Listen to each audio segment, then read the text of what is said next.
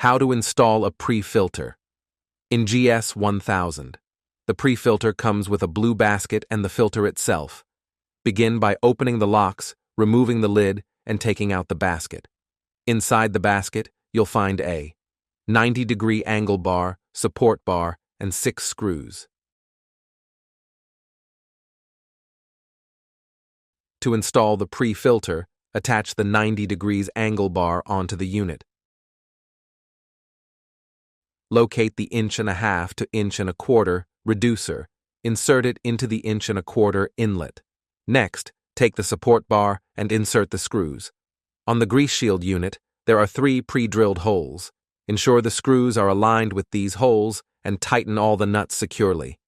Once the pre-filter is attached to the grease shield using the support bar, remember to use an 8mm tool to tighten the Jubilee clip onto the unit.